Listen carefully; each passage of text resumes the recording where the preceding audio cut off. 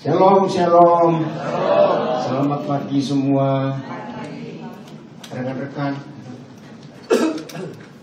Oh, mau di atas aja. Rekan-rekan hamba Tuhan, pelayan-pelayan Tuhan, teman sekerja Kristus. Puji Tuhan kita boleh bertemu lagi saat ini. Baik, terima kasih kepada Kingdom Mission Network yang memberikan kesempatan untuk saya boleh ada di antara saudara. Ada anak-anak saya hadir, tadi saya sebutkan di Andrew, Bonorang. Oh, dari situ. Iya. Baik. Yang ikuti di rumah, kami ada di Jakarta sekarang ini.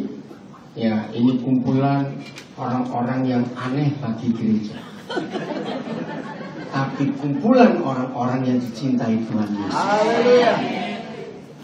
Sekarang kalau 2 sesi ini saya akan diberi kesempatan ngajar, saya mau katakan kalimat ini. Semua konsep gereja yang sekian lama kita terima harus kita buang dari konsep otak kita. Kalau kita tidak membuang konsep yang lama tentang gereja, maka kita tidak akan pernah tahu Tuhan Yesus itu maunya gereja itu seperti apa. Maka ya nggak mau nggak apa-apa, jangan maksa. Karena setiap kali saya mengajar begini, paling tidak ada 2 kelompok orang. Kelompok yang pertama yang sangat rindu mengenal hati Tuhan. Kelompok yang kedua itu kelompok yang menghakimi. Nah, itu yang sesi pertama Pak Riki tadi ngomong, orang agama. Itu selalu ada. Karena waktu Tuhan Yesus ngajar pun mereka juga ada. Apalagi kalau kita yang ngajar, mereka lebih ada. Jadi, caranya begini, saya selalu pakai ilustrasi. Pegang, ya, 4 jari kita ada di sebelah kiri dahi kita atas, terus ngerti nggak maksudnya? Kalau ini nggak dibuang, nggak bisa. Betul-betul akan terus bertentangan dengan Tuhan. Selalu begitu.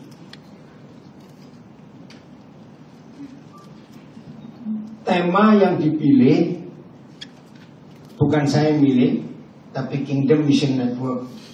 Sesi yang pertama ini gereja yang sejati dengan gereja yang palsu. Nanti sesi yang berikut murid yang sejati dan murid yang palsu. Dalam dunia bisnis, untuk mengenal yang palsu itu tidak perlu mempelajari yang palsu, kenali yang asli. Betul? Kalau kita kenal yang asli, pasti ketahuan langsung yang palsu itu bagaimana. Saya memberi pernyataan dulu karena saya siap untuk dikoreksi, saya siap untuk diinterupsi, ya saya siap untuk belajar. Kalau saudara mendengar apa saja yang saya sampaikan tidak ada dasar firman, saudara berhak angkat tangan. Saya bisa salah, saya bisa lupa. Dan sebagai pengajar saya berusaha betul-betul untuk mengucapkan, menyampaikan apa saja sesuai yang tertulis di Alkitab. Saudara temukan di 4 Injil ada banyak sekali firman yang berbunyi demikian. Apa saja yang dikerjakan Tuhan Yesus dari kelahirannya sampai lari ke Mesir, semua ini kalimat yang paling banyak sesuai yang dinubuatkan, sesuai yang ditulis. Bayangkan kalau Tuhan Yesus saja yang adalah Tuhan melakukan apa saja itu sesuai yang tertulis, sesuai yang dinubuatkan. Masa kita berani lebih dari itu? Setuju ya? Maka itu saya siap. Kalau saya salah, saya lupa, saya nggak nyebutkan ayat yang mana, angkat tangan saudara interupsi saya, supaya saya tunjukkan ayatnya ada di mana. Nah, doktrin itu saingan kebenaran. Saya ulangi, Doktrin itu saingan kebenaran. Tidak ada doktrin yang gereja pakai yang tidak berasal dari Alkitab. Betul atau salah? Semua doktrin, termasuk doktrin Katolik, doktrin Advent, doktrin Baptis, doktrin Armenia, doktrin Reform, doktrin Pantekosta, doktrin GBI, semua doktrin gereja itu berasal dari Alkitab. Dan saya mengakui. Tapi masalahnya, sumbernya satu Alkitab, tapi kenapa mata airnya bisa beda? Sehebat apapun doktrin yang dimiliki oleh gereja-gereja dan jadi dogma, tidak pernah berasal dari buku yang lain. Tapi hasilnya ini, kalau sumbernya satu, kenapa muaranya bisa pisah-pisah, beda-beda? Buktikan saja. Bagaimanapun orang Protestan gak akan mau ke gereja Pantekosta. Betul atau tidak? Bagaimanapun Katolik gak akan pernah mengakui Protestan. Ini setelah wafatnya Paus, viral di sosial media. Saya lucu sekali. Saya percaya sahabat pasti mengikuti. Aneh ya. Orang-orang Protestan itu gak suka dengan Katolik Paus, tapi orang Islam kok banyak memuji Paus. Pernah ada baca itu, geli juga melihat ini. Orang Islam saja bisa menilai begitu. Orang Baptis mati-matian gak akan pernah mau ke Advent dan sebagainya. Nah ini loh masalahnya. Sumbernya satu, kenapa kita terkotak-kotak? Mengakui Bapa yang satu, Tuhan yang satu, Roh yang satu, dan Firman yang satu. Kenapa pisah-pisah? Maka itu yang tertulis, bahkan waktu Yesus dicobai pun dia nggak nengking, nggak bilang apa-apa. Ada tertulis. Maka itu dalam bahasa hukum sampai hari ini selalu ada kata hitam di atas putih. Artinya sah. Saya nggak tahu ya, anak saya yang hebat datang nggak, Roni Talapesi, dia bilang mau datang. Ron sudah ada? Oh belum ya. Saya pasti pernah dengar nama. Ya, Parada baru punya anak, melahirkan anak. Ya, atau melahirkan dia beritahu saya karena saya sempat bimbing dia juga. Ini Roninya anak hebat. Orang hukum. Orang hukum tidak boleh keluar dari kitab KUHP. Itu pegangannya. Nah, apa yang tertulis yang Tuhan Yesus sering katakan, itu di counter, yang dilawan oleh si jahat dengan doktrin. Jadi kalau kita mau pegang betul firman Tuhan, murni, ini yang saya katakan dari awal, siap enggak kita singkirkan doktrin gereja kita? Tanggung jawabnya berat. Pasti ketua sinode saudara nggak suka, saudara. Nggak apa-apa. Yang penting Yesus suka. Amin. Amin. Amin. Begitu saya katakan yang datang ke sini hari ini orang-orang nggak disukai oleh tokoh-tokoh agama, tapi disukai oleh Tuhan Yesus. Ya tepuk tangan dong, gitu ya. Nah, maka itu semua yang kita belajar harus standar Alkitab, bukan tafsiran. Bukan kitab tambahan. Ya, setan nggak terima dengan doktrin, muncul kitab Henokh, muncul Injil Barnabas, muncul kitab apa lagi. Kalau banyak orang tanya, dia nggak usah. Yang tertulis saja belum kita lakukan semua, sombong kali lu pakai yang lain lagi. Boleh pakai kalimat itu? Nah, rekan-rekan hamba Tuhan, izinkan saya mengatakan kalimat ini. Saya nggak akan respect kepada seorang pengkhotbah. Begitu khotbah 40 menit, dia khotbahkan 5 buku. Walaupun dia hebat. Kalau ceramah di tempat umum, silakan keluarkan semua buku saudara. Tapi waktu mengajar dalam hadirat Tuhan, cukup 1 buku saja yang namanya Alkitab. Enggak usah ditambahin, enggak usah dikurangi. Itu sama. Terjadi banyak perdebatan. Kamu tahu nggak aslinya? Nggak perlu. Sama seperti semua orang punya gelar S1, S2, S3. Yang menentukan itu bukan dosen pembimbing, bukan profesor yang membimbing saudara untuk disertasi, untuk skripsi saudara, untuk apa satu lagi? Tesis saudara, tidak. Yang menentukan saudara itu punya gelar S1, S2, S3 adalah buku yang saudara pelajari. Bukan mereka. Nah, buku itu yang akan menentukan saudara berhak punya gelar S1, S2, S3 dan seterusnya. Nah, pertanyaannya sama. Kenal nggak penulisnya siapa? Pernah ketemu nggak? Loh, saya tanya pernah nggak? Nggak perlu. Yang penting bukunya itu ada. Nah, kalau saya mengakui itu, nah, kita baca dulu ayat pertama, 2 Timotius 3:16. Ayo kita jadikan pegangan yang tertulis. Yang tertulis, ini penting sekali saudara. Yang tertulis 2 Timotius 3 ayat yang ke-16. Berapa tulisan? Nah, baca, berapa tulisan? Segala tulisan yang diilhamkan Tuhan. Stop dulu. Ilmu pengetahuan tidak boleh lepas dari yang namanya tulisan atau literatur. Setuju ya? Ilmu pengetahuan selalu berdasar tulisan. Bahasa asingnya literatur, literature. Nah, di dalam dunia ilmu pengetahuan ada konsep yang luar biasa. Maka itu diperlukan arkeolog, diperlukan ahli-ahli bahasa ya, yang mengerti bahasa-bahasa kuno. Nah, mereka selalu berdasarkan tulisan.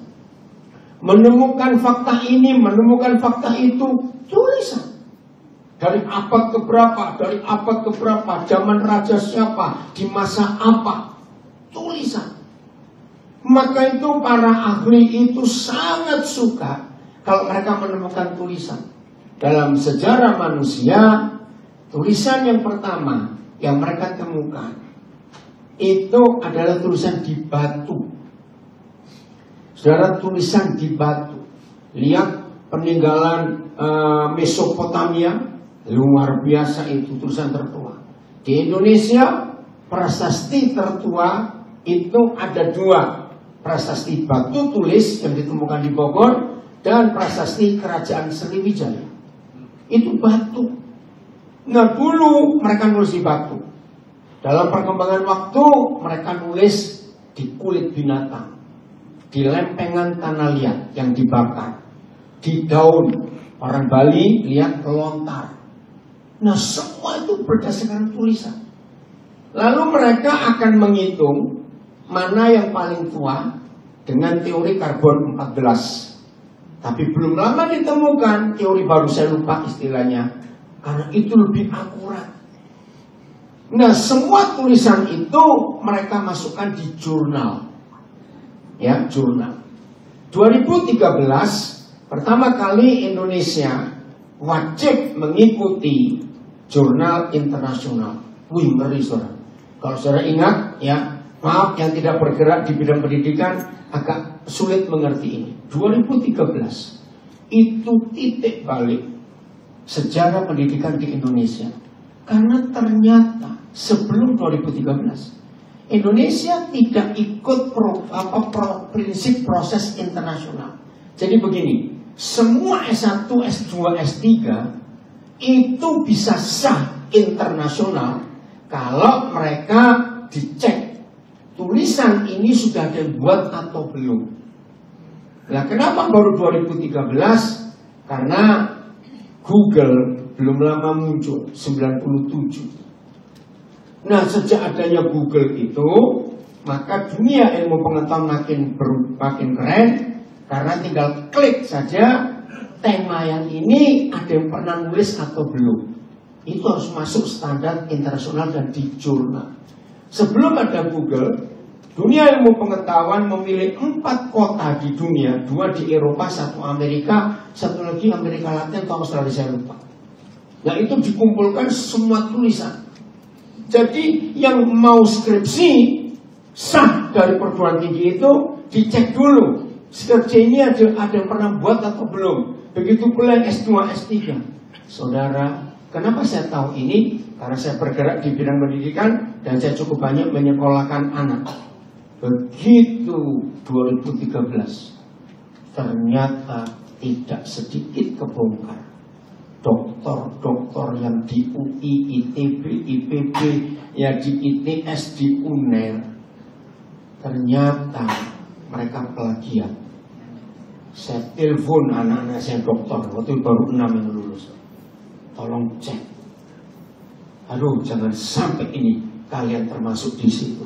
Puji Tuhan, tidak ada satupun yang masuk. Haleluya. Jadi baru ini jadi 2013 adalah revolusi besar di dunia perguruan tinggi di Indonesia. Karena banyak yang palsu. Oke, kembali lagi. Jadi semua tulisan yang ditemukan oleh manusia di abad keberapa, di zaman apa, saudara, ternyata semua ada di jurnal internasional itu. Nah, di dalam dunia sains ada kalimat ini. Kalau kita menemukan sebuah literatur atau tulisan, ya lihat ayat ini saja, tidak boleh diperdebatkan. Yang nulis siapa, dari agama apa, tidak boleh. Bahkan mereka punya statement yang indah. Seandainya kita pernah menemukan tulisan itu tulisan setan, kita tetap harus menerima bahwa itu tulisan. Puji Tuhan, sampai hari ini belum pernah ditemukan setan nulis. Yo serius, belum pernah, saudara. Karena saya belajar terus, tiap hari saya belajar, saudara. Maaf, sudah lebih 20 tahun saya tuh gak suka buku rohani. Maaf. Saya lebih baik membaca buku ilmu pengetahuan. Tentang kesehatan, tentang kimia, tentang antariksa, tentang politik. Itu paling suka. Karena untuk menunjukkan hebatnya Alkitab. Dan makin hari makin ditemukan kecocokan Alkitab ini. Nah, di dalam jurnal itu selalu ada nama. Siapa penulis itu selalu ada nama. Saudara kan kaget. Nama yang terbanyak ditulis di jurnal adalah nama Musa. Karena paling banyak dia menemukan 5 kitab Musa. Itu menjadi kitab pengetahuan yang diakui dunia sampai hari ini. Waduh, ini kalau saya ngomong ini susah direm nih. Mudah-mudahan tema hidupnya tetap ada. Karena ini kagum melihat hebatnya Alkitab ini. Maka itu saya berani berkata yang merusak kebenaran itu doktrin, saudara. Sehingga kebenarannya dikotakkan, nggak bisa leluasa bergerak. Nama Musa itu, kalau saudara bisa menemukan jurnal internasional, siapa orang pertama yang menemukan dunia bulan? Saudara kan kaget, nama Ayub bertengger di situ. Jadi kitab Ayub itu ditemukan sebagai literatur tertua yang memberitahu dunia bahwa bumi ini bulan. Hebat ya. Undang-undang pertanahan, tulisan tertua itu Musa. Hebat. Hak asasi manusia, nama Musa ada di situ. Karena memang di kitab Keluaran, kitab Ulangan itu yang pertama ditulis. Segala tulisan. Dan makin hari kita makin kagum melihat hebatnya Alkitab. Saya percepat ya, karena ini luar biasa. Kalau ada dokter di sini pasti akan setuju apa yang kita mau bahas. Sebelum manusia menemukan tulisan, oke, saya baca dulu supaya nggak lewat. Segala tulisan, jadi semua yang diilhamkan Tuhan. Berarti ada tulisan yang ilhamnya bukan dari Tuhan. Itu cara kita membaca. Nah, tulisan yang ilhamnya bukan dari Tuhan dan ada dalam gereja, itu tulisan doktrin. Dan yang jadi dogma. Ya, semua orang punya hak untuk menulis. Tahun 82 saya pertama kali ke Tiongkok. Hari-hari ini saya lihat viral sosial media, Bagaimana Deng Xiaoping muncul? Wah, waktu viral itu, ini dalam minggu ini sekarang Deng Xiaoping namanya filmnya muncul. Tahun 82 saya ada di sana. Dan waktu itu Deng Xiaoping masih memimpin. Memang Deng Xiaoping itu bapak perubahan Tiongkok yang luar biasa. Tahun 76 Deng Xiaoping mengundang Richard Nixon, Presiden Amerika, untuk pertama kali masuk ke Amerika setelah tahun 49. Sejak itu ada keterbukaan di Tiongkok. Wah, perubahan luar biasa. Tapi dari 76 ke 82 masih pendek. Aduh, saya masih ngikuti susahnya hidup di sana. Ya, luar biasa. Saya bersyukur Tuhan beri saya kesempatan tinggal tahun 82 dari Tiongkok. Aduh, susah sekali hidup itu sekarang. Gereja bawah tanah, saya ngikutin mereka, hebat sekali. Nah, Deng Xiaoping merubah Tiongkok. Dan tulisan-tulisannya, hal-hal yang dia tulis ada sampai hari ini. Nah, tapi yang diilhamkan Tuhan punya 4 hal. Dan 4 ini dahsyat sekali. 1, yang bermanfaat. Kata memang, jangan lupa. Memang ini kata penting. Bermanfaat untuk mengajar, supaya kita tidak kurang ajar, itu maksudnya. 2, bermanfaat untuk menyatakan kesalahan. Kenapa diri kita perlu dinyatakan salah? Karena kita paling pintar lihat salah orang daripada lihat salah diri sendiri. Itu namanya manusia.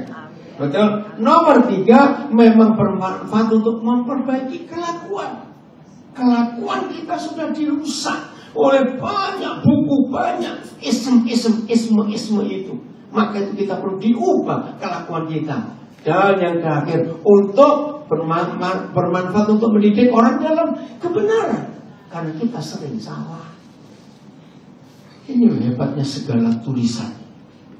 Oke? Negara-negara bisa eksis sampai hari ini.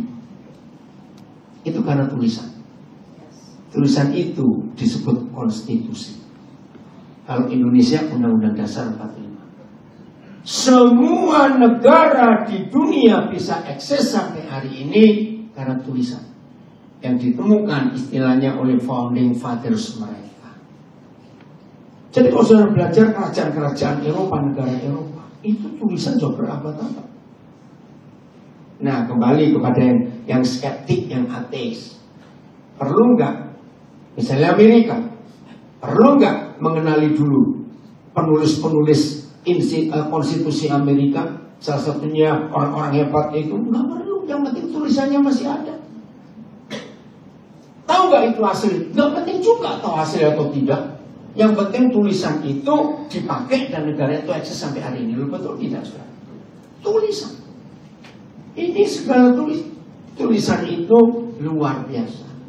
Oke, kita buka sekarang Imamat 17 ayat 11. Sebelum dunia kedokteran menemukan tulisan Musa ini, Imamat 17 ayat 11, maka semua tabib, belum disebut dokter ya zaman itu, kalau ada orang sakit, ngeluh, aduh dadaku sakit, langsung dibelas kan. Karena nggak tahu ada apa di dalamnya. Alat-alat juga belum maju. Nah zaman itu, ya karena saya nyekolahkan anak banyak yang jadi dokter, saya belajar juga ilmu kedokteran, ya tabib-tabib kuno dulu, ya karena nggak ditolong mati, ditolong untung-untungan. Zaman itu, ya belum ada anestesi, belum ada macam-macam. Karena nyawa makhluk ada di dalam darahnya. Cukup pendek kalimatnya. Saya lupa ini ditemukan di abad berapa. Nah, ketika tulisan ini muncul, nyawa makhluk ada di dalam darahnya. Nah, saya persingkat, sejak tulisan ini dikenal dunia medis, maka ada revolusi dahsyat di dunia medis. Artinya, sebelum semua dokter berani menyatakan orang ini pasien ini sakit apa, wajib periksa darah. Ternyata papa melarang kita makan darah. Darah itu bertumpuknya semua penyakit, saudara.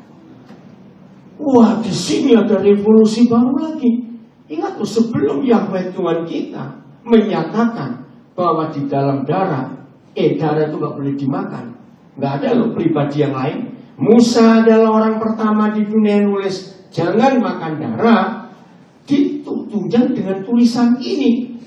Izinkan saya nggak berkata ayat ya, supaya konsep kita tulisan tetap sama. Dunia kedokteran ditunjang oleh tulisan ini. Nyawa makhluk ada di dalam darahnya. Jadi semua penyakit itu ngumpul di darah. Tapi ada yang rakus, jadi rebus gimana? Jawaban saya, Zara berani minum air got, rebusan air got. Yang sekotor itu darah yang kita makan. Oh, pantesan. Jadi tes darah, periksa darah, revolusi luar biasa. Keren sekali. Saya beri contoh yang lain. Trias politika. Ya. Eropa goncang ketika revolusi Prancis 1778. Revolusi Prancis itu menumbangkan hierarki yang pertama di dunia ini. Sejak Prancis runtuh, maka kerajaan lain nyusul satu persatu sampai monarki terbesar di dunia tahun 1911. Hui, kaisar terakhir Tiongkok. Sun Yat-sen membuat suatu perubahan besar. Nah, negara Tiongkok berubah jadi republik. Nah, kata republik tidak ada di Alkitab. Tapi kata republik pertama kali muncul itu dari kerajaan Roma. Nah, di dalam negara republik disebut demokrasi. Demos itu rakyat, krasi itu otoritas di tangan rakyat. Pasti ada 3 lembaga penting, betul? Apa saja yuk? Yang pertama harus urut. Yang pertama harus yudikatif. Karena pilar pertama itu hukum. Baru kedua legal, pemberi hukum. Oke? Legislatif. Yang keempat baru eksekutifnya. Saudara akan kaget. Di jurnal ilmu internasional, nama yang bertengger dan belum turun sampai hari ini, karena belum ditemukan yang lebih tua lagi dari ini, adalah nama Yesaya. Yesaya ada 800 tahun sebelum Yesus. Kita buka Yesaya 33 ayat 22. Bayangkan, ini baru 3 bagian. Saya bisa ngomong banyak tentang penemuan-penemuan yang hebat. Yesaya 33 ayat 22. Lihat urutannya. Bisa begitu jelas. Sebab Yahweh ialah baca yudikatif. Mengapa lembaga peradilan itu nomor 1 di tempat Tuhan? Karena Tuhan itu adil. Katakan amin. Ini yudikatif. Koma. Yahweh ialah memberi hukum bagi kita. Legislatif. Saudara, saya sangat ketat dalam belajar Alkitab. Nggak usah dibuka ya. Matius 5, 17, 18. Yesus berkata begini. Langit bumi segede ini bisa lenyap, tapi satu titik dari kebenaran gak akan lenyap sebelum semuanya digenapi. Nah, sejak itu kalau saya baca Alkitab, titik, koma, tanda baca, tanda seru jangan dibuang. Mereka diilhami Roh Kudus. Lihat bedanya. Mengapa 2 lembaga pertama hanya dipisahkan koma, tapi setelah mau nyebut lembaga ketiga titik, koma? Dalam tata bahasa apa saja, titik koma menyebutkan ada lebih penting daripada koma. Wih, seru sekali. Begitu titik koma, Yahweh ialah baca. Nah, ini eksekutif. Raja itu pemerintah. Baru koma, 3 plural jamak menjadi singular. Menjadi siapa? Aneh bukan? Nah, siapa dia di sini? Negara. Negara demokrasi yang memiliki 3 lembaganya ini kompak, maka negara menyelamatkan rakyat. Presiden Gus Dur adalah presiden pertama di Indonesia yang berani memporak-porandakan DPR dan MPR. Masih ingat 3 hari dia dilantik langsung berkata, DPR MPR itu kayak taman anak-anak. Saya masih ingat itu. Dan memang sampai hari ini bajingan tertinggi salahnya di MPR. Catat baik-baik. Sarang perampok Indonesia itu ada di gedung MPR. Oh, enggak nyaut yang lain. Ngeri, saudara. Jahat. Ayo kita kembali tegakkan. Bayangkan, dari mana Yesaya mendapat ilham ini? Ya kembali lagi ke 2 Timotius 3:16. Segala tulisan luar biasa. Keren ya? Nah, saya tambah satu lagi supaya John makin yakin. Ini Alkitab ini ya, Pak. Apa jadinya kalau dunia nggak ada sanitasi? Waduh, ayo, apa jadinya? Cepetan, ini penting. Bukan cuma bau, kita nggak ada di sini. Nenek moyang kita kena kolera semua mati. Ternyata literatur tertua untuk sanitasi, nama Musa bertengger sampai hari ini belum. Kita buka Ulangan 23. Oh, ini keren sekali. Bayangkan sampai sanitasi aja papa kita ngatur ribuan tahun yang lalu. Keluaran Ulangan 23, 12-13. Terima kasih Papa, segala tulisan ini dahsyat. Maka itu kalau pendeta-pendeta pengkhotbah mengajarkan firman bukan dengan dasar dogma. Kira-kira dengan cara saya ngajarin ini anak-anak muda suka belajar nggak? Ini buku luar biasa ini, yang ditulis ribuan tahun yang lalu, tapi masih eksis, relevan, up to date sampai hari ini. Udah, di luar perkemahan itu haruslah ada bagimu, ini perintah Yahweh kepada Musa. Di luar perkemahan, hebat. Jadi jauh-jauh dari penduduk. Maka itu kalau kita membuat sumur, ya Jakarta sudah hampir beda. Saya masih tinggal di daerah-daerah perlu sumur. Harus cari, jangan deket ikan.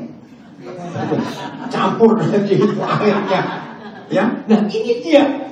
Berapa ribu tahun yang lalu Musa nulis ini. Di luar perkemahan itu haruslah ada bagimu suatu tempat di mana engkau pergi. Nah ini bahasa Melayu kuno. Kenapa? Karena untuk halus. Kalau sekarang berak itu susah bener. BAB lebih halusnya. Oke ya, saya baca. Di luar perkemahan itu haruslah ada bagimu suatu tempat di mana engkau pergi. BAB ayat 13. Di antara perlengkapanmu haruslah ada padamu sekop kecil. Keren nggak Bapak kita ini? Dan apabila kau jongkok BAB, haruslah kau menggali lubang dengan itu dan menimbuni kotoran. Jangan anggap ini sepele. Kok nggak amin? Ini urusan besar, saudara. Bayangkan, yang dipimpin Musa itu kira-kira 4 juta orang loh, saudara. Dari mana kita bisa tahu 4 juta? Baca Bilangan 1, ditulis anak laki yang umur 20 tahun ke atas. Di Bilangan 1 itu jumlahnya 600 sekian puluh ribu, setengah juta lebih. Ya mereka punya adik perempuan, punya kakak juga. Belum lagi papa mamanya, kakek neneknya, semuanya. Itu 4 jutaan yang dipimpin. Maaf saya ngomong ini, memang nggak mungkin setiap hari mereka 4 juta BAB bareng, nggak mungkin. Ngomong aja 2 juta BAB hari ini. Kalau nggak diatur ini, saudara. Waduh, laler banyak Pak. Bukan cuma laler. Ini loh, dan ini yang buat kita harus heran loh, segala tulisan.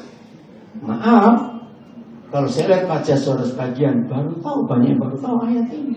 Karena otak saudara ketutupan doktrin, nggak tahu ada barang sepele tapi ini. Apa? Nggak pernah dibahas karena nggak ada duit di sini. Itu jadi sesi pertama hari ini. Tapi ini penting, saudara. Di sini saya berani berkata kepada siapa saja, beritahukan kepada saya. Kalau ada di antara saudara pernah menemukan ada tulisan lebih tua dari tulisan Musa, ada pribadi yang pernah ngajar sanitasi sebelum ini, nggak ada sama sekali. Ini satu-satunya. Bagaimana kita nggak kagum pada Papa yang hebat? Masalah darah diurus, masalah BAB diurus, apalagi yang besar-besar. Maka itu kalau saudara baca 5 kitab Musa mulai hari ini, jangan cuma lihat Taurat Yahudi, enggak, itu hukum yang luar biasa. Yang belajar hukum akan tahu tulisan tertua tentang KUHP undang-undang pidana dan perdata itu di 5 kitab Musa. Sampai hari ini nama Musa masih bertengger di nomor 1. Belum ada yang bisa menurunkan. Karena memang gak ada lagi. Apa saja. Ngerti ya? Nah sekarang kita balik. Oh ini aja 32 menit saya ngomong. Oke, saya lanjutkan. Gereja yang sejati dan gereja yang palsu. Saudara, kalau kita mau tahu gereja yang Tuhan rindukan, the dream church, tidak boleh keluar dari 28 pasal kisah para rasul. 28 kitab kisah para rasul, itulah cetak birunya gereja. Tahu kata cetak biru? Blueprint. Tidak ada kontraktor, tidak ada developer berani membangun tanpa lihat cetak biru. Itu penting sekali. Insurance akan ngecek baik itu. Kenapa ini roboh? Kenapa? Nah, cetak birunya dilanggar apa tidak? Jadi cetak biru gereja itu hanya ada di 28 pasal kisah para rasul. Maka itu kalau kita ingin jadi gereja impian Tuhan, jangan keluar dari 28 pasal ini. Harus di situ. Kalau kita keluar pasti melenceng gereja itu. 27 kitab perjanjian baru hanya kisah rasul yang tidak ada kata akhir atau kata penutup atau kata pesan. 26 kitab yang lain hampir semuanya ada istilah sama, kata penutup atau pesan, ya. Tapi hanya kisah rasul. Kita buka kisah rasul lah sayang, ya. Oke, di sini ada temanya nih. Pasal 28 ayat 30-31. Begitu kisah para rasul selesai, nggak ada penutup. Aneh sekali. Judulnya apa? Biar kitab saudara. Ayo, judulnya apa baca? Di sini nggak ada. Paulus memberikan Injil di Iya, memberikan apa? Kerajaan surga di Roma. Saudara, Roma sejak zaman itu sampai hari ini tetap kota besar di dunia dan persimpangan. Lalu lintas dunia ada di situ. Maka itu ada istilah banyak jalan menuju Roma. Memang kota hebat. Mengapa kitab pasal 28 yang terakhir jelas Paulus memberikan kerajaan surga di Roma. Dan Paulus tinggal 2 tahun penuh, full 2 tahun di rumah yang ayat ini saya selalu pakai untuk menghibur teman-teman saya yang bantuan yang gedung gerejanya masih kontrak terus. Saya bilang bersyukurlah kamu temannya Paulus. Enggak aneh. Saudara percaya nggak rasul paling kaya itu Paulus? Lihat atau tidak? Karena dia kontraktor, dia developer sama saya. Walaupun rumah yang dibangun RSS kan cuma tenda, tapi kontraktornya. Bayangkan kontraktor aja sewa rumah 2 tahun lagi, ya. Iya, nah titik koma, perhatikan, beda lagi, bukan koma. Ia menerima semua orang yang datang kepadanya, terus 31, dengan terus terang dan tanpa rintangan apa-apa. Izinkan saya membongkar kalimat ini. Satu-satunya rintangan dan tidak bisa terus terang ketika saudara memberitakan firman adalah doktrin gereja saudara. Karena begitu Roh Kudus menerangkan yang baru, kok nggak cocok ya. Akhirnya saudara kembali ke doktrin. Tapi Paulus tidak punya rintangan dan jujur, terus terang.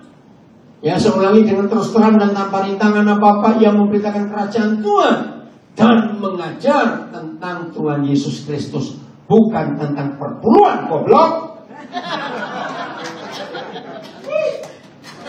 Yang diajar harus tentang Yesus Kristus Tuhan, bukan doktrin yang lain. Saya tanya, yang kemudian harus tentang Yesus. Maka itu kalau ada pendeta khotbah, menurut Luther, menurut Calvin, ya ikutlah ke sana. Mereka mati sudah. Ya, menurut Yesus lain cerita. Itu yang kita harus tahu, beda. Saya tanya, berarti di rumah kontrakan ini gereja atau bukan? Gereja apa? Orang ragu. Gereja. Karena memberitakan tentang Yesus dan kerajaan surga. Ini gereja. Saudara, maka itu ini blueprintnya gereja cuma 28 kisah para rasul. Dan selesai. Nggak ada penutup, nggak ada apa-apa. Sampai suatu hari Roh Kudus mengajar saya, Daniel, kenapa kok nggak ada penutup? Ya kenapa? Dia jawab, kamu menulis pasal-pasal yang berikut. Yes, amin. Haleluya. Berarti setiap kita yang mengerjakan perintah agung, pergilah kamu ke seluruh dunia. Masih ingat? Berarti saudara dan saya sedang menulis pasal-pasal yang berikut. Nggak tahu kalau sekarang pasal beberapa juta yang saya tidak tahu. Maka itu nggak pernah ada penutupnya. Karena gereja belum selesai di dunia. Yes, amin. Siapa arsitek gereja dan siapa penggerak gereja? Roh Kudus. Bukan yang lain. Harus Roh Kudus. Maka itu kisah para rasul. Kalau terjemahan lama, kitab kisah perbuatan para rasul. Ada kata itu yang terjemahan lama, perbuatan. Memang betul. Dan itu terjadi sampai hari ini belum selesai. Jadi arsiteknya adalah Roh Kudus, motornya, bensinnya, penggeraknya juga Roh Kudus. Maka itu kisah rasul pertama. Kita buka ayat kisah rasul pasal 1. Ada kisah harus kita bongkar dulu supaya kita tahu. Kisah rasul pasal 1 mulai ayat 1. Coba ya. Ayo kisah rasul 1. Ya, jadi Theophilus kita dituliskan ini oleh Lukas. Ya. Terus ayat 2. Sampai pada hari yang terangkat sebelum itu ia telah memberi perintahnya oleh Kudus. Disebut langsung oleh Roh Kudus kepada rasul-rasul dipilihnya. Terus ayat 3, kepada mereka yang menunjukkan diri setelah penderitaannya, terus ya ayat 4. Pada suatu hari ketika mereka makan, oke kita nggak bahas ini. Ayat 5. Terus ya, oh makasih enggak apa-apa ya, makasih. Ya, oke. Oleh Roh Kudus lagi, sebab Yohanes membaptis dengan air, tapi tidak lama lagi kamu akan dibaptis dengan Roh Kudus. Terus ayat 6. Maka bertanyalah mereka. Nah, ini saya akan bahas. Kesalahan gereja dimulai dengan kisah ini. Maka bertanyalah mereka yang berkumpul di situ, Tuhan, maukah Engkau pada masa ini memulihkan kerajaan bagi Israel? Ini masalah besar. Dan ayat ini terjadi sampai dalam gereja Tuhan. Apa itu? Ternyata di benak mereka, rasul-rasul ini masih politik dunia. Mereka berharap Tuhan Yesus membebaskan Israel dari kerajaan Roma. Maka itu ketika Yesus sudah mau naik, ini mau berangkat, mereka masih menanyakan kalimat yang sama. Saya beri ilustrasi begini ya, model kita ini ya, kita semua. Ada satu keluarga besar ini. Nah, opa-oma mereka itu tinggal di Amerika misalnya. Suatu hari opa-oma ini akan ke Indonesia kunjungi anak-anaknya, cucu-cucunya. Lalu opa-oma ini bilang kepada cucu-cucu, nanti opa-oma bawa kado untuk kalian cucu-cucu. Yang aja cucunya 12 ya tadi.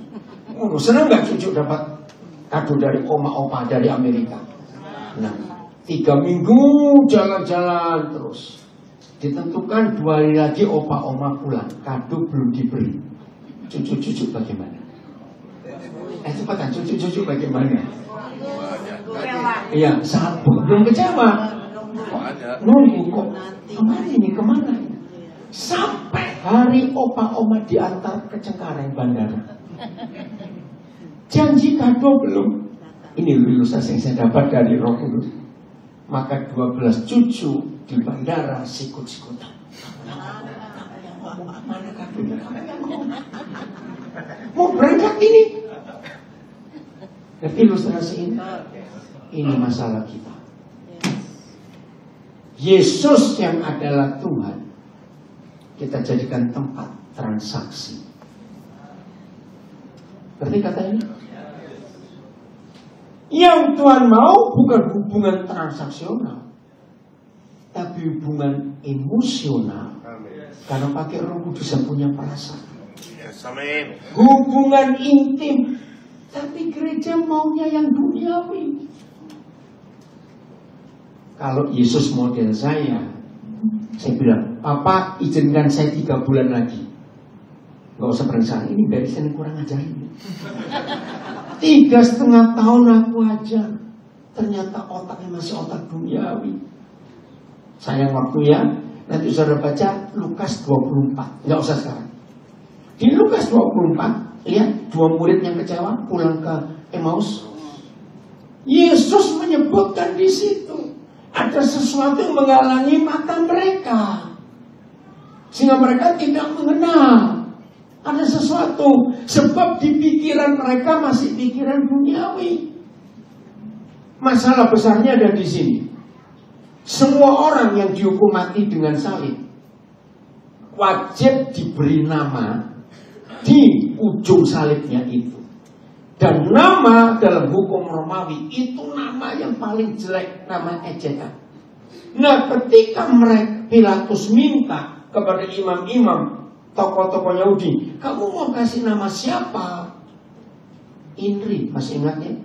Inilah Yesus Kristus Raja orang Yahudi.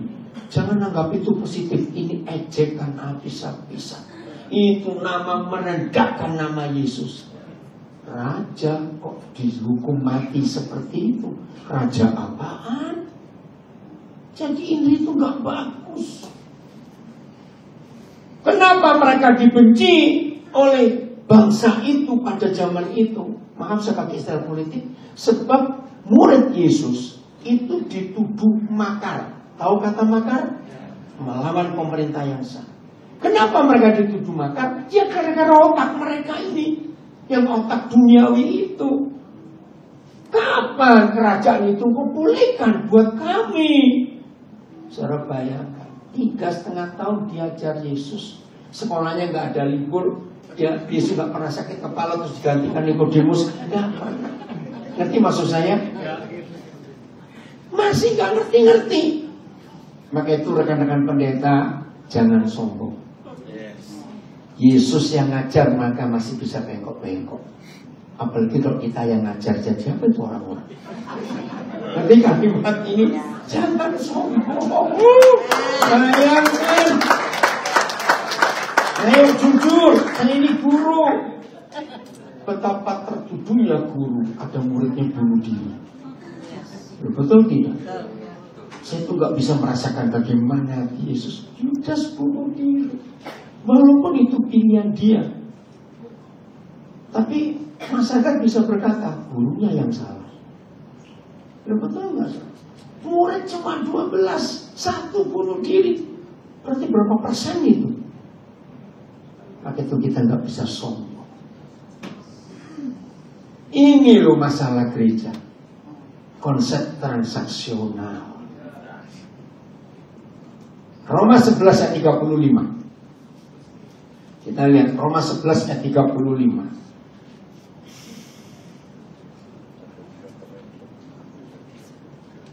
Teren, Bapak minta nanti kamu baca TSI-nya di situ ya. Atau siapakah yang pernah memberikan sesuatu kepadanya sehingga Tuhan harus menggantikannya? Ngerti nggak arti firman ini? Firman ini dihapus oleh iblis dari gereja. Maka itu tidak sedikit pendeta khotbah, beri untuk Tuhan, beri, pasti akan diberi balik. Ngawur. Ini loh ayatnya. Saya tanya, kalau kita diundang pernikahan, mana lebih mudah datang? Pernikahan orang kaya atau orang sederhana? Yang lebih mudah untuk datang sederhana, karena nggak ngurus kado. Diundang orang kaya mikir mau kado apa? Betul nggak? Lihat ayat ini. Siapa yang bisa memberi Tuhan apa dan Tuhan harus balas orang itu? Jawabannya enggak ada. Tuhan bukan hanya punya segala-galanya. Salah. Dia menciptakan segala-galanya.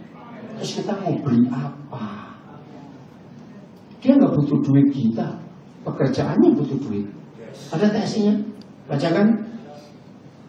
Mana? Ya, Roma 11 ayat 35 versi TSI.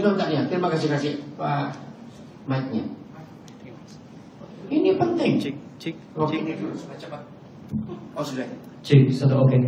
Roma 11 ayat 35 TSI, siapa yang pernah meminjamkan sesuatu kepada Allah sehingga dia wajib membayarnya? Siapa? Mau beri apa? Ketika gereja diubah hubungannya dari keintiman, fellowship, persekutuan, bersatu menjadi transaksional, maka cuma duit yang dikorbankan. Maaf, orang Yahudi sampai hari ini tidak pernah bisa memberi perpuluhan karena 3 alasan. Bait suci tidak ada, imam tidak ada. Karena hukum Musa, perpuluhan hanya diserahkan sah di bait suci dan diterima oleh imam. Yang ketiga, perpuluhan tidak pernah berupa uang. Baca baik-baik perjanjian lama. Perpuluhan itu ternak dan hasil bumi. Titik. Tidak ada uang. Harus kita ngerti. Jadi orang Yahudi saya tidak. Masa kita lebih keren dari Yahudi? Lahir Cimahi aja sombong.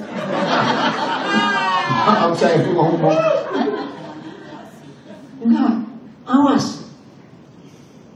Yesus patokan kita. Katakan amin. Amin. Apa yang Yesus ajarkan kita harus lakukan. Yes. Taat, hidup kudus, bertobat, mengampuni. Tapi satu kali pun Yesus kita nggak pernah nyuruh kita beri perpuluhan. Jadi nggak usah melakukan, dia nggak nyuruh kok. Belum betul tidak. Patokan kita harus Yesus. Bukan doktrin, bukan kata hamba Tuhan. Yesus ngomong apa? Maka itu, kalau gereja suka khotbah perpuluhan, memang itu mata duitan.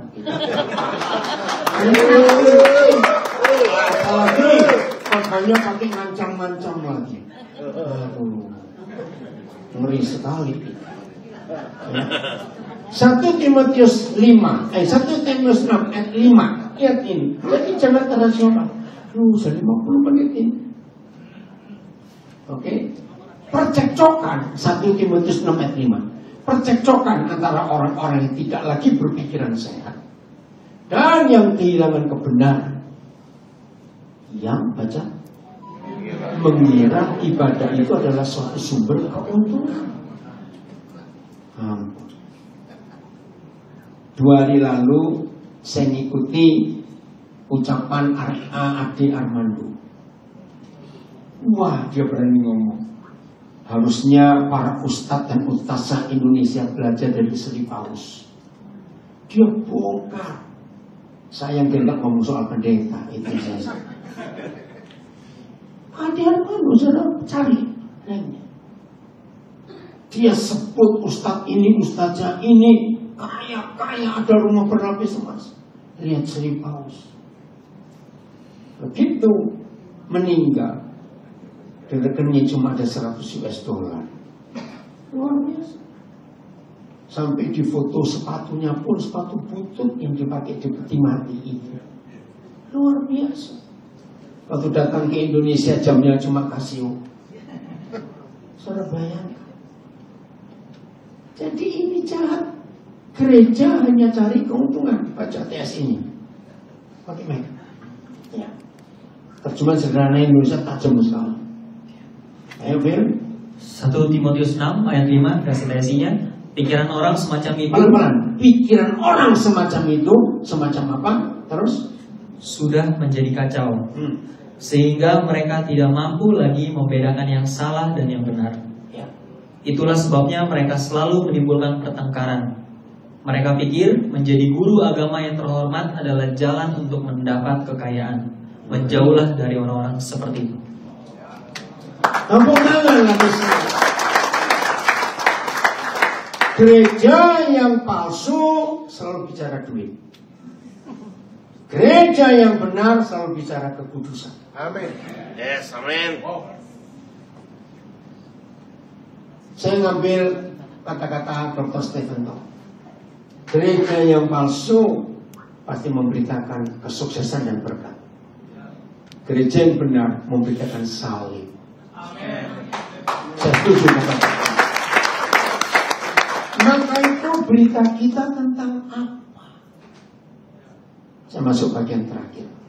Jangan khawatir ada nasi kotak di belakang sana. Pasti makan nanti ternyata ada di pagi kita. Oke? Kampung Tengah ya harus dipikirin juga. Ya. Nah, kita buka ayat ini. Yesaya 49 ayat 6.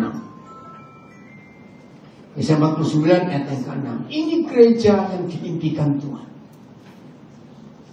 Oke, saya mau minta baca dulu judulnya di Alkitab Saudara di di layar ya, judulnya. Ada 2 judul besar. Ya, pasal 49. Judul yang pertama pasal 49 sampai 55. Apa? Hamba Tuhan. Nah, itu tentang Yesus. Maka itu pasal terhebat di seluruh Alkitab itu Yesaya 53. Tidak ada pasal lebih hebat dari pasal Yesaya 53 tentang Yesus. Mel Gibson buat film The Passion of Christ dari situ. Semua film Hollywood tentang Yesus mulai dari Bethlehem. Tapi Mel Gibson mulai dari Getsemani. Ya, coba nyanyi kalau bisa lagu itu nanti ya, beritahu pemuda. Soalnya Getsemani ini luar biasa. Tidak ada salib tanpa Getsemani. Jadi kemenangan Yesus bukan di salib, waktu di Getsemani. Ketika muncul doa terkenal, bukan kehendakku. Jimmy, ini anak saya, keluarga gembala dari Tangerang. Geser ke sebelah sini, sini tempatnya masih kosong. Nah, lewat pintu belakang. Atau samping sini boleh ya. Jadi pasal terbesar itu seluruh kitab Yesaya 53. Saya kenal seorang hamba Tuhan di Sydney, dia orang Kupang. Saya belum pernah ketemu hamba Tuhan seperti dia.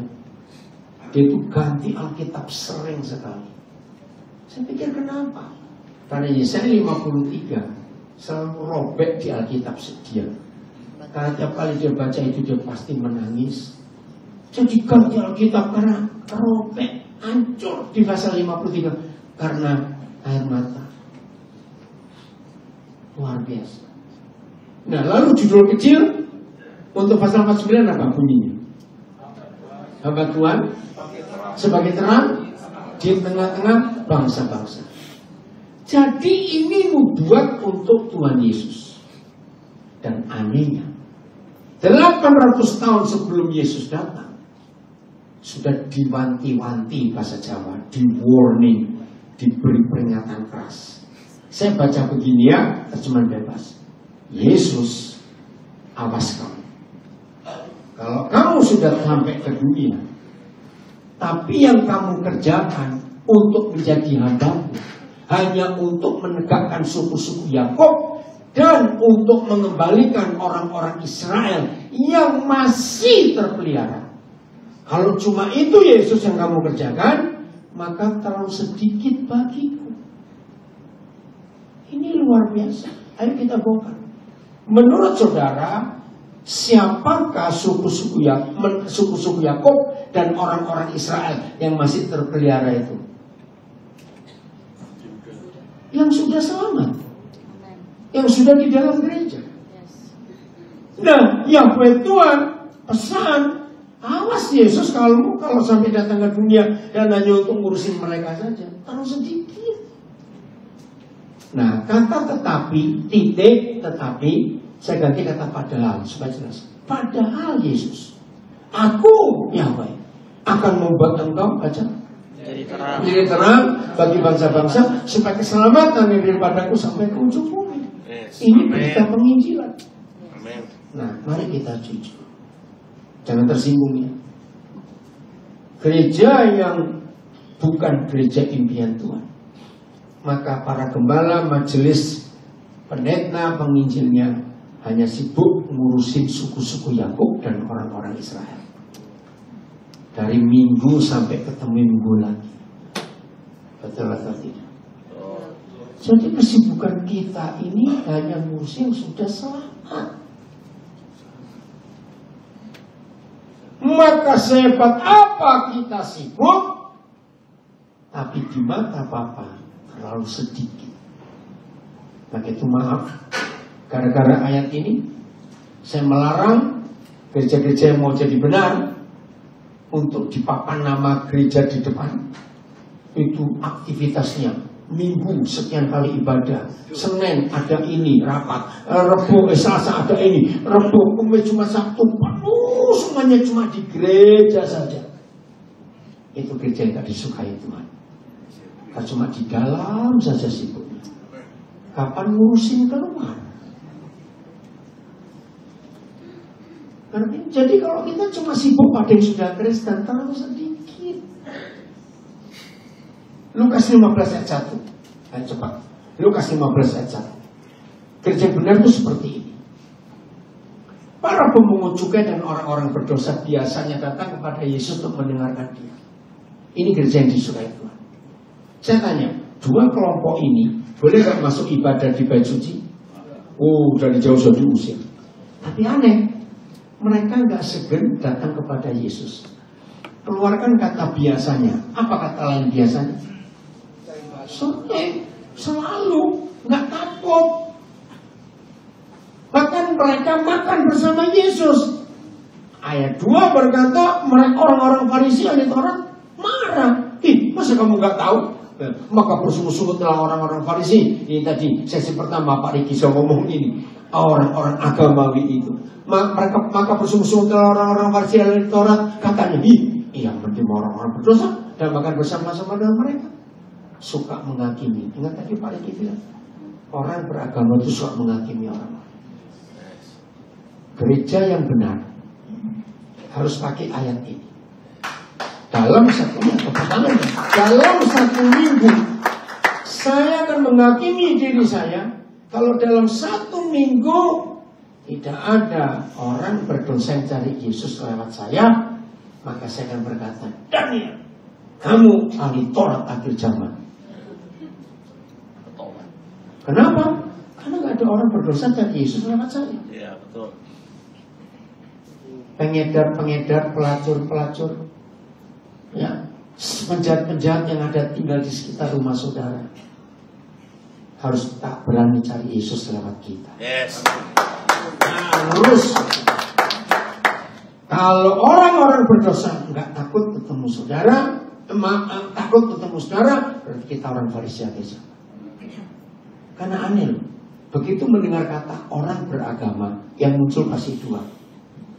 Sombong rohani dan suka menghakimi. Aneh, termasuk dalam gereja pasti muncul dua itu. Ini yang ngeri. Maka itu ada istilah kata majelis. Saya yang bahasa saya tidak tahu. Perpanjangannya manusia jelmaan iblis. Ngeri sekali itu Pak majelis. Dan itu betul. Gereja-gereja yang seperti itu pendetanya tunduk pada majelis. Dan biasanya majelis dipilih yang kaya dan punya profesi yang bagus. Dan mereka suka ngatur. Tuhan aja diatur. Aduh, betul? Betul tidak? Ngeri. Dan itu mereka. Siapa orang berdosa yang mau cari Yesus lewat kita? Saya cuma cerita hari ini. Ada satu awak pesawat Sriwijaya yang harus ketemu saya, dia Muslim. Tadi malam saya kontak, dia bilang saya Bapak, saya besok libur. Ya, tapi saya ada training kira-kira sampai jam 6. Oke, jam 6 ketemu. Orang cari Tuhan, nggak takut. Nah, maka itu ayo kita mengakui peristiwa ini. Bagaimana Injil itu sampai kepada semua orang. Yes, Amin. Tidak peduli orang apa saja, kita harus sampai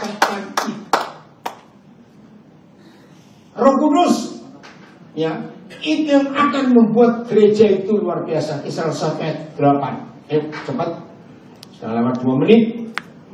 Kisah 1 ayat 8. Tetapi kamu akan menerima kuasa. Nah, ini jawaban Tuhan Yesus ketika didesak oleh murid-murid. Kapan kerajaan itu akan nyata? Waktunya kamu gak perlu tahu. Tapi kamu akan terima kuasa kalau Roh Kudus turun ke atas kamu, dan kamu akan menjadi saksiku. Maaf, ratusan kali Yesus berkata menjadi saksiku, tapi doktrin merubah menjadi pengkhotbah. Beda jauh. Menjadi saksi itu gak perlu sekolah, sebab cuma menceritakan ulang yang dilihat, dirasakan, dialami, dan didengar. Tapi jadi pengkhotbah harus sekolah. Maka itu kata saksi hilang jadi pengkhotbah. Orang jadi takut untuk menginjil karena nggak sekolah. Harus dirubah konsepnya. Ya, menjadi saksiku Yerusalem, Yudea, Samaria sampai ke ujung bumi. Yang belum tahu akan kaget. Penginjil pertama di dunia ternyata bukan urusan teologi, tapi pelacur. Kaget bukan? Kita buka ayatnya. Yohanes 4 ayat 39. Ini loh, Tuhan itu guyon betul. Kok penginjil pertama itu pelacur? Bukan mantan loh saudara. Saya akan buktikan nanti. Bukan berarti pelacur boleh nginjil. Tunggu dulu, saya nggak ngomong itu. Karena kota itu telah menjadi percaya kepada Yesus. Baca. Karena perkataan perempuan itu yang bukan berkhotbah. Ia mengatakan kepadaku segala sesuatu yang telah aku perbuat. Maaf. Waktu dia berangkat dari rumah, pelacur. Karena Yesus berkata, panggil suamimu untuk dapat air. Kalau kita pakai hukum alam pun aneh. Apa hubungannya suami dengan air? Coba otak-atik gak ketemu. Suami air itu nyambungnya apa? Tapi ini yang Yesus tahu. Aku gak punya suami. Betul katamu. 5 laki-laki pernah kamu koleksi. Dan sekarang yang ke-6 ada di rumahmu, juga bukan suamimu. Apa dia? Hidupnya berubah. Saya pernah memperagakan dengan anak-anak saya Isa ini. Ternyata gak sampai 20 menit diskusi. Bayangkan jumpa Yesus yang gak sampai 20 menit merubah hidupnya. Ini luar biasa. Hidupnya. Jadi waktu dia balik setelah ketemu Yesus, maaf, bagi tetangga-tetangga dia masih pelacurnya. Ngerti ya? Tapi di dalam bisa bertobat. Nah ini yang luar biasa. Maaf, sebodoh-bodohnya orang bodoh, sepintar-pintar orang pintar. Maaf, mau dengar perkataan pelacur? Maaf loh. Loh saya tanya, mau? Mikir. Kalau sampai kesaksian dia bisa merubah orang, saya pakai istilah umum, berarti auranya bukan pelacur lah. Ini yang luar biasa. Dan gak main-main. Lihat ayat 40-nya, Yesus ditahan. Ayat 40 cepat. Ketika orang-orang Samaria itu sampai kepada Yesus, mereka meminta kepadanya supaya tinggal pada mereka, dan ia pun tinggal di situ 2 hari lamanya. Keren. Jadi penginjil pertama di dunia bukan STH dan hal-hal yang lain, tapi pelacur. Tuhan guyon. Kisah Rasul 4 ayat 13. Berarti gak keliru saya. Kisah Rasul 4 ayat 13. Ya, ketika sidang itu melihat keberanian Petrus dan Yohanes dan mengetahui bahwa keduanya orang biasa yang tidak terpelajar. Gak enak bener kalimat ini. Heranlah mereka, titik koma. Dan mereka sidangnya ini kalau di Indonesia sidang penistaan agama. Ya betul. Petrus Yohanes disidang oleh para tokoh agama itu, dan mereka mengenal keduanya sebagai ini yang penting. Nggak pergi di sekolah kita di mana nggak penting. orang biasa tidak terpelajar. Maka itu ketika gereja ada istilah orang awam dan rohaniawan, rusak Injil. Awam artinya bodoh, saudara, ternyata. Jadi kacau. Saksi diubah menjadi pengkhotbah, ini rusak. Saya beri ilustrasi. Kembali ke presiden kita yang ketujuh, Jokowi. Jokowi kan orangnya suka berusukan. Contoh hari misalnya, ya saudara lagi makan di suatu tempat, makan siang. Tahu presiden waktu itu Jokowi ikut makan di situ. Saudara ikut ke syuting TV nggak? Terus saya tanya, ikut ke syuting? Nah, terus ketika berita ditanyakan ada teman, loh kamu makan dengan Jokowi? Kebetulan enggak. Ngerti ilustrasinya? Saya tanya, cerita itu akan berhenti setahun, 2 tahun? Saudara makan bersama presiden? Tidak. Terus. Bayangkan, yang nggak sengaja ketemu presiden, kesaksiannya nggak habis-habis. Ngerti nggak? Kenapa mulut kita berat bersaksi tentang Dia yang Maha Baik, tapi mulut ini kurang ajar? Ya, kita harus berubah. Tapi mulut kita kurang ajar. Kalau gosipin orang nggak habis-habis. Betul? Bertobat. Bertobat. Kalau saya ngomongin Yesus, itu saksi, bukan berkhotbah. Ini gereja yang dicari oleh Tuhan. Ayat terakhir supaya cepat. Wahyu 21. Ya, ayat 3 dan 4. Ini gereja yang sejati yang Tuhan cari. Lalu aku mendengar suara yang nyaring dari tahta itu berkata, lihatlah. Lebih nyaring lagi. Saya nggak bisa. Saudara, kenapa saya harus teriak? Begitu Wahyu 1 tertulis, setiap kali saudara kita Yohanes mendapat pewahyuan dari Tuhan Yesus, selalu ada suara. Selalu baca 22 pasal kitab Wahyu.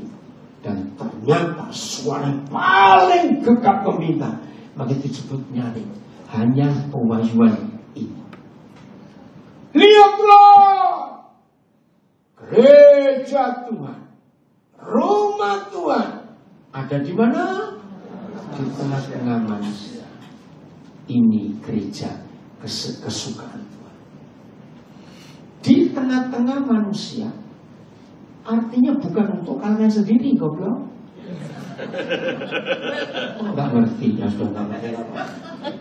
Mana ada Injil untuk kalangan sendiri? Itu karena ketakutan saja. Bertobat juga. Di tengah-tengah manusia. Gereja yang doktrin nggak bisa di tengah-tengah manusia, sebab penuh peraturan. Gereja yang benar pasti membaur di tengah-tengah manusia. Karena 4 hal ini yang Yesus katakan. Ini definisi Injil menurut Yesus. Injil itu kasih. Injil itu air hidup. Injil itu garam dunia. Injil itu terang. Tidak ada manusia dan kehidupan, termasuk binatang, hewan, tumbuhan, yang tidak membutuhkan 4 hal ini. Siapa pernah punya pengalaman tanaman-tanaman kita, baik tanaman dalam rumah maupun tanaman di kebun, itu kalau diajak bicara, dipeluk, dijamah, disentuh, kamu baik loh, terima kasih ya kamu keluar buah. Beda loh saudara. Lu pernah nyoba gak? Ini luar biasa. Lihat 4 tahun terakhir ini di sosial media kita, saya juga heran. Banyak video real pendek tentang binatang terlantar, anjing galak, disayangi, berubah hidupnya. Lu nyata atau tidak? Siapa nggak butuh air? Orang mati aja perlu mandi. Betul nggak? Semua kehidupan butuh garam. Tidak semua orang butuh gula, tapi garam itu wajib. Tapi jangan banyak-banyak. Ini yang dibutuhkan. Maka itu kesimpulan saya. Kalau sampai kita memberikan Injil ditolak, packagingnya yang salah. Betul? Karena tidak ada kehidupan, nggak butuh kasih, air, garam, dan terang. Semua. Itu dia. Jadi Jadi gereja yang ada kasih, gereja yang adalah air, terang dan garam, nggak akan ditolak orang. Itu ada di tengah-tengah manusia. Yes, amin. Nah, yang rusak packaging. Begini, apa yang terjadi dengan kita kalau kita keluar dari acara ini, terus kita belanja ke pasar, ke toko, supermarket, mau cari gula, mau cari beras, mau cari... Loh, ternyata ada labelnya. Ada beras Islam, gula Buddha, minyak goreng Hindu, nah, terus ini gula Kristen. Kacau nggak itu? Nah, ini rusak. Penginjilan akan berhasil kalau kita berhasil meyakinkan dunia Yesus bukan orang Kristen. Yes. Tapi ini susah. Betul, masalahnya Yesus dikristenkan ini loh. Padahal dia bukan Kristen. Yesus itu Yesus. Begitu gereja yang diidamkan Tuhan ada di tengah-tengah manusia, dan ia Bapa akan diam bersama-sama dengan manusia. Catat, manusia di sini bukan kita.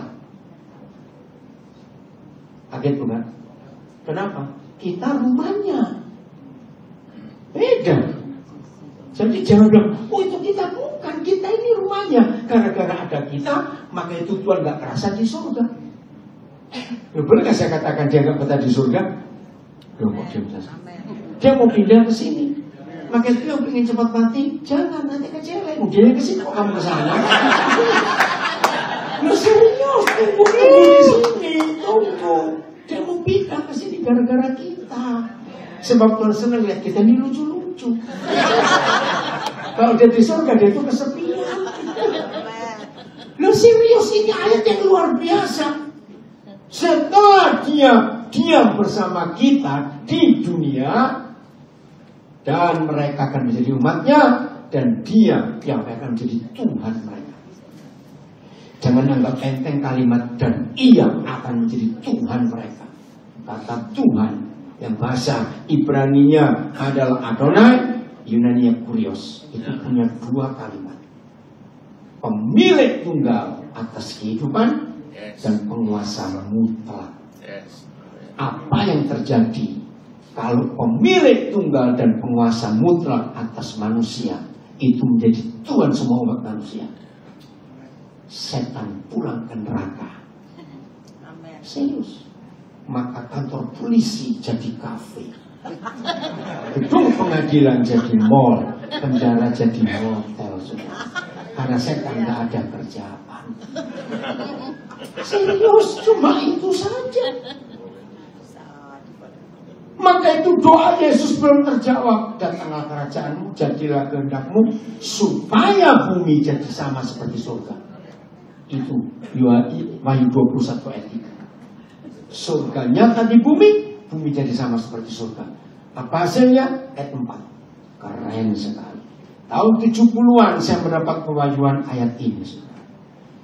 Dan ia, siapa yang di sini? Tuhan yang sudah ada di tengah-tengah manusia akan ngapain? Menghapus segala air mata dari mata mereka, dan seterusnya saudara baca sendiri. Ini gereja yang sejati pasti membuat orang gak bisa menangis lagi kalau mereka ketemu kita. Kalau sampai ada orang mati bunuh diri, yang wajib dan patut disalahkan adalah murid Yesus yang paling dekat dengan rumah korban. Setuju? Loh, saya tak setuju. Loh, kenapa tertawa? Dia bilang, aku gak kenal. Lebih celaka lagi kamu gak kenal tetanggamu sendiri. Loh, betul tidak, saudara? Tahun 70-an saya sudah hidupi firman ini. Maka itu kalau saya disuruh pergi kemana saja, saya selalu cari apa yang menyebabkan orang-orang di sini itu menangis itu apa. Gereja yang tidak sejati, kalau mau ngomong palsu kok gak enak, tidak sejati aja. Begitu diutus pergi, langsung cari. Ada gedung bisa disewa nggak? Ada tanah bisa dibeli nggak? Ada ruko? Ada apa? Kalau hotel apa ruangannya namanya? Convention. Function room bisa disewa nggak? Gereja yang benar diutus sesuatu tempat akan cari Kenapa orang-orang ini menangis? Amin. Kami datang untuk menghapus air mata. Yes. Yes. April 90 saya pertama kali menginjakkan kaki saya di Jayapura. Sampai Maret 91 saya tidak pelayanan banyak, saya cuma keliling. Saya mencari data apa yang menyebabkan orang Papua ini nangis. 11 bulan saya mendapat kesimpulan yang membuat orang Papua nangis karena mereka nggak punya sistem pendidikan yang membuat mereka bisa pandai untuk mengelola tanahnya sendiri. Dan di situ Roh Kudus bilang, kamu buka sekolah, siap. Saudara bisa bayangkan. Maka itu kalau sampai ada orang bunuh diri, kita yang tetangganya paling patut disalahkan. Tapi selama dia itu nggak pernah tahu kalau ada jalan keluar di dekat rumahnya. Berarti kalimat ini, maka itu mereka bunuh diri karena nggak ada jalan keluar. Kita yang salah. Saudara, ini ayat sangat manusiawi, amin nggak? Membuat orang tidak menangis lagi itu sangat manusiawi. Inilah gereja yang dirindukan Tuhan, gereja yang benar. Ya, kita akan lanjut nanti sesi yang berikut tentang bagaimana murid yang sejati. Nanti akan ada sesi tanya jawab, tapi dipersingkat juga ya. Ayo kita mengakhiri Tuhan sekarang. Jadikan aku baik suci-Mu yang mulus dan yang tiada bercela. Jadikan aku mesra doa-Mu bagi keselamatan bangsaku. Maaf diralat. Sekarang tanya jawab dulu. 2 orang aja cepat yang mau tanya. Mikrofon Pak. 1 sudah. Oh, ya udah. Tunggu. Ya. Ya, silakan. Cepat. Ya, saya mau bertanya, ada 2 pertanyaan. Sebelumnya saya mengetahui maksudnya begini. Hamba Tuhan bilang kepada saya bahwa kita ini harus menjangkau jiwa sampai ke seluruh dunia, sehingga kita perlu mendirikan banyak cabang. Ya. Yang kedua, setiap bulan saya diajarkan untuk memberikan persepuluhan. Dan seringkali saya merasa mungkin saya butuh untuk keperluan lain atau saya membantu yang lain. Tetapi hamba Tuhan atau gembala sidang saya sebelumnya nelpon saya, kalau kamu nggak kasih persepuluhan, nanti usaha kamu nggak diberkati. Ya. Apakah 2 contoh ini adalah contoh gereja yang sejati? Ya. Sama sekali tidak. Ingat prinsipnya apa yang tertulis. Bongkar 28 pasal Kisah Para Rasul, nggak ada kata gereja cabang, nggak ada. Jadi salah. Kedua, perpuluhan nggak ada. Baca Kisah Para Rasul, tidak ada perintah memberi perpuluhan. Jelas ya? Jadi keluar dari gereja itu. Jangan lama-lama di sini. Yang kedua, ya mana? Ya. Tunggu. Satu-satu dulu ya. Baik, terima kasih Pak. Saya tadi mendengar bola-balik Bapak menyebutkan Yesus. Apa maksud dan tujuan Yesus datang ke dunia? Terima kasih. Ya, 1 Timotius 2:4. Ayo cepat. Apa maksud tujuan Yesus datang ke dunia? 1 Timotius 2:4. Yuk, cepat. Inilah satu-satunya ayat dalam seluruh Alkitab yang memberitahu kita apa itu kehendak Tuhan. Ternyata kehendak Tuhan itu nggak perlu didoakan puasa untuk dicari. Sudah ada, kalau dicari lagi. Ya, banyak yang salah puasa. Yang baca, yang menghendaki supaya semua orang. Nah, bukan dikristenkan. Jadi nggak ada gereja cabang, muridkan. Ya, untuk mengenal, memperoleh pengenalan akan kebenaran. Siapa kebenaran itu? Akulah jalan kebenaran Yesus. Nah, jadi tujuannya untuk menyelamatkan semua orang. Yesus. Bahkan nama Yesus pun artinya Yehoshua, Tuhan penyelamat. Yang belakang cepat. Ya. Satu pertanyaan saya, apakah ukuran gereja kalau ribuan jemaat itu dibilang sukses? Dan apakah ini sejati atau palsu? Ya. Dan yang kedua, apakah Tuhan menciptakan nama denominasi? Terima kasih. Ya. Jangan sombong. Yesus saya cuma punya 12 kok ini punya ribuan. Sudah salah. Ya, nah, banyak yang sombong. Makanya itu tadi Pak Riki sesi pertama, mega church itu nggak ada yang ada mega mall, sudah. Saya paling enak mendengar kata mega church. Nggak ada ayatnya. Yes. Ribuan orang diselamatkan hari pertama 3.000. Lalu pasal 247 setiap hari Tuhan menambah jumlah orang diselamatkan tiap hari. Bayangkan. Tunggu Pak, yang belakang ada. Tunggu, enggak Bapak belum mengatakan aja belakang. Dengar ya. Jadi dalam 3 tahun berapa ribu orang tambah? Ingat tuh, gedung besar cuma 2 zaman itu. Istana Herodes dan Bait Suci. Saya tanya, Petrus bisa sewa enggak untuk kebaktian? Cepetan, bisa sewa enggak? Enggak bisa. Kenapa? Satu enggak punya duit. Oh amin. 2, cari perkara mereka. Maka itu Alkitab menulis 28 kisah para rasul di rumah-rumah. Jadi nggak perlu gedung gereja, nggak perlu gereja cabang, di rumah. Ingat loh, semua yang Yesus lakukan itu yang sudah tertulis. Jangan kita melakukan yang tidak tertulis. Oke? Kedua, nama denominasi itu nggak ada. Saudara baca baik-baik.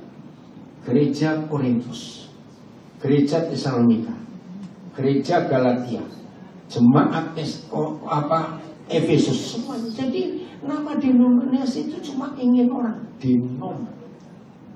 Itu nama. Dan dia cepat Kejadian 11. Rusaknya gereja di ayat ini. Mulai ayat 2. Kejadian 11 mulai ayat 2. Jadi nggak ada ya nama denominasi, nggak ada. Lebih baik gereja tanpa nama, gerejanya Tuhan Yesus. 11 ayat 2. Maka berangkatlah mereka ke sebelah timur dan menjumpai tanah datar di tanah Sinear, lalu menetaplah mereka di sana. Kalau membaca ayat ini, berarti selama itu mereka berjalan, mereka pernah menemukan tanah datar atau tidak? Tidak. Kenapa Tuhan izinkan menemukan tanah datar? Supaya istirahat. Karena capek mengembara. Roh Kudus itu membawa gerakan, movement. Tetapi gereja yang tidak sejati membuat monumen. Tahu bedanya movement dan monumen? Nah, itu bedanya. Ayat 3. Mereka berkata seorang kepada yang lain, marilah kita membuat batu bata dan membakarnya baik-baik. Lalu bata itu kita pakai menjadi gedung, maksudnya tergala-galanya ter. Ini ter itu aspal. Oke, ayat 4 cepat. Juga kata mereka, marilah kita dirikan bagi kita sebuah kota dengan sebuah menara yang puncaknya sampai ke langit, dan marilah kita mencari. Ini denom, muncul denom di Kejadian 11. Inilah menara Babel, supaya kita jangan terserak ke seluruh bumi. Ini tertulis jelas, tapi gereja melawan. Maaf. Kalau ada seorang jemaat lapor kepada gembalanya, oh saya mau pindah ke kota lain. Oh bagus, cari yang senama. Betul tidak? Setelah 4 minggu di sana gak ketemu senama, lapor. Oh gak ketemu senama, buka baru. Supaya kita jangan ini. Jadi Tuhan gak suka menara Babel. Oke? Jelas? Ya. Pak, apakah minyak urapan yang suka diperbahalkan itu gereja sejati atau gereja palsu? Palsu itu, gak ada ayatnya di Alkitab. Saudara, minyak urapan, kencorotan anggur perjamuan, yang banner, itu penghinaan terhadap Yesus. Catat, Yesus itu Yesus, gak perlu plus. Minyak urapan, anggur perjamuan, banner, ganti pakaian, aduh sudah gak usah. Biar Yesus masih tambahnya apa-apa. Oke, ya Pak, cepat. Pak Daniel, menanggapi masalah perpuluhan tadi, saya teringat di Filipi 4, di mana Rasul Paulus sering pemberian kepada Rasul Paulus sehingga dia bisa melayani. Dan apa keterkaitannya dengan Maleaki, Pak, tentang perpuluhan itu, Pak Daniel? Iya. Iya. Oke. Kalau kita baca baik-baik, Maleaki itu untuk imam. 4 pasal kitab Malaki bukan untuk umat, untuk imam.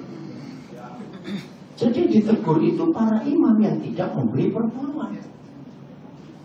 Tapi zaman sekarang gereja Matadudan pakai itu untuk jemaat. Tidak. Harus dicek pendetanya ngasih perpuluhan tidak. Nah Korintus tidak ada bilang perpuluhan, persembahan. Itu pun terserah, nggak dipaksa. Makanya pakai ngancam-ngancam bertobat. Saya tidak suka khotbah perpuluhan karena menganggap Tuhan itu jadi debt collector. Ditagih terus tiap bulan. Jahat. Ingat loh Pak tadi Roma 11:35, 1 Timotius 6:5, nggak ada urusan duit dengan Tuhan. Pokoknya gereja yang sejati tidak pernah khotbah uang sedikit pun. Karena uang itu saingannya Tuhan. Matius 6:24. Bayangkan kalau kita punya perusahaan, anak-anak kita pegang usaha kita, ternyata anak kita lebih ngurusi konkurensi kita, saingan kita. Sakit hati nggak sebagai bapak? Nah seperti itu bapak di surga. Saingan dia itu uang. Matius 6:24. Jangan ngomongin uang terus, berarti ngomongin saingannya bapak kita. Oke? Tuhan memberkati kita semuanya. Thank you. Kita suruh berdoa. Ya, sampai nanti sesi kedua.